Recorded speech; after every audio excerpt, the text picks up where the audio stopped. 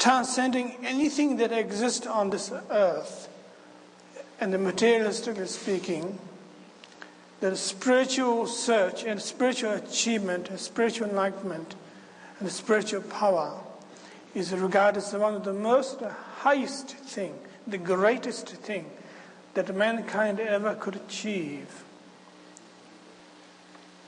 That is true. Enlightenment is the highest thing that we could ever achieve.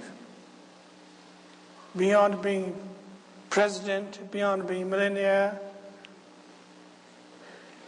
beyond being whatever, great poet, great writer, whatever, the spiritual achievement is regarded as the most highest thing, the greatest thing that we could ever comprehend and ever become a powerful person, personality-wise, and wisdom-wise, and so forth. We all know that, we all acknowledge that, but at the same time, we have a lot of problems with that. So presenting the teaching of spirituality properly, that you have to have a very good understanding of basic sanity, and also you have to have a good understanding of basic materialism spiritually. And we have coined this word called spiritual materialism. Spiritual materialism, that might speak you something. The spiritually materialistic, that using the name of spirituality and egohood, trying to become a greater person, wise person, which is very dangerous and very problematic. And it not only destroys you, but destroys whole wisdom of humanity. And it is, in fact, Satanism. So we should think very carefully about that particular concern.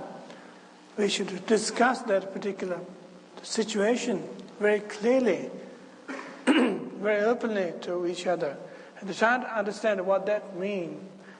So I hope that I would like to devote certain part of my course, this first stage, for you to understand the meaning of spiritual materialism. We, of course, intellectualize the whole thing, and we could also identify with ourselves, but I feel that whatever we do, both of those possibilities are open, that we shouldn't kid ourselves around.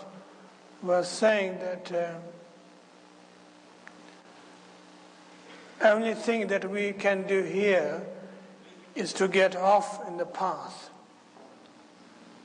Now that you boarded on the airplane of Naropa Institute, let's turn on the engine. Let's fly.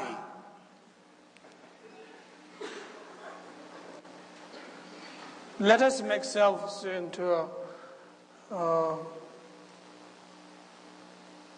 cosmic transcendental airline. Let everybody be the passenger. Let's fly above the sun and the moon and the universe. It's very easy to say. Easy to say, but it is not difficult to do that. Since everybody is sitting on the ground, sitting on the floor,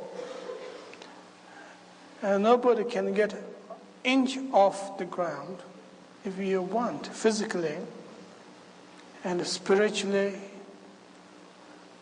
absolutely not. Maybe psychologically you think you are doing, but then that is another spiritual materialism.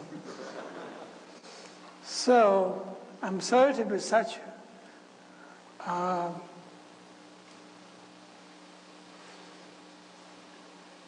ordinary and down, but I think that particular approach is absolutely necessary in order to build this particular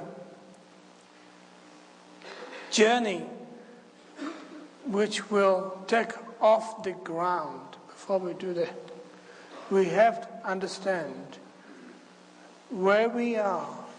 If you want to fly,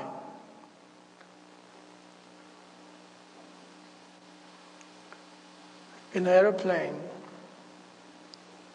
you can't just fly. You have to make money. And you have to think how much it costs to buy a ticket. And then that's not enough.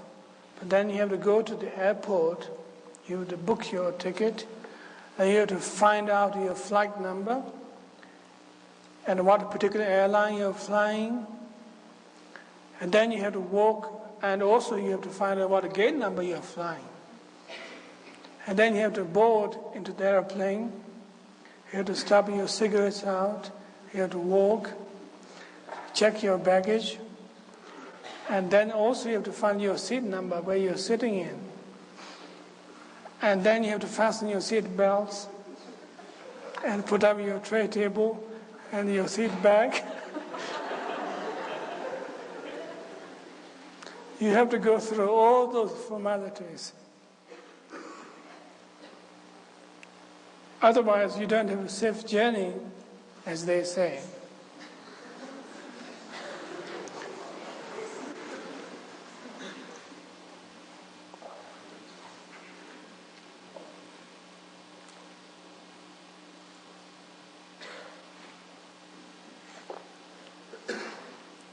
Regarding the question of spiritual materialism, that self-oriented pursuit, which dedicated to pursuing a self, ego, to become oneself a greater and powerful person, that if you use mantras, chantings, meditations, all kinds, that you think you're going to get greater person, greater personality, greater individual who could trod on the path. But on the other hand, you can ignore the whole thing, just chant mantra beautifully, ignore the whole thing, and not caring about an ego or anything else, just as if you never heard of such thing. One can do that, but still it is spiritual materialism, that you are deceiving yourself. That there is enormous problems with that. So tonight I would like to introduce the basic notion, the basic idea as to what does mean spiritual materialism from the point of view of ego orientation. That you wanted to achieve certain particular result, cause and effect, because of practicing in a certain way, that you get what you want, and then you can use it as if that automatic rifle was presented to your 3-year-old son, who then can actualize the cowboy and Indians, and he could bang, bang, bang round. Actually, you could hear the bang, bang, bang going. And you could appreciate that. Gee, isn't it fantastic? I could actually do it. I don't have to fantasize myself on the television anymore. I could become the cowboy. Maybe we've been watching too much televisions nationwide. And we got these ideas.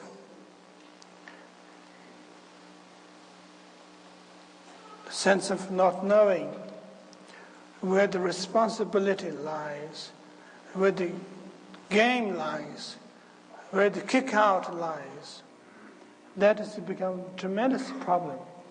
And we could sit down here and say that now, if you sit down in 3 minutes and say a certain particular word, by saying so, you're going to get enlightened.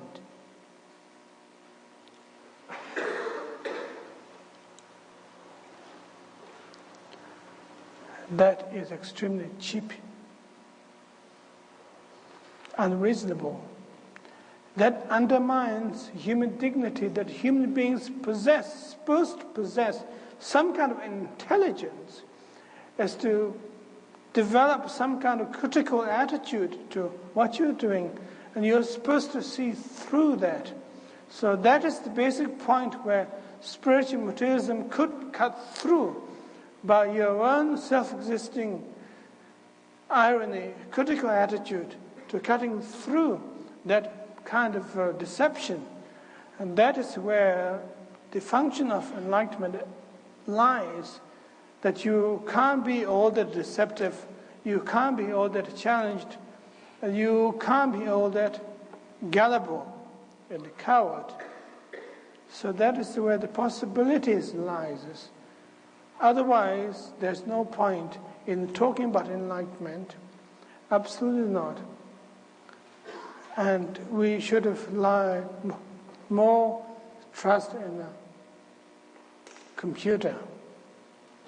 Everything's mechanized. But since everything's not mechanized, everything's experiential, therefore there's strong possibilities to fight back against such spiritual materialism, which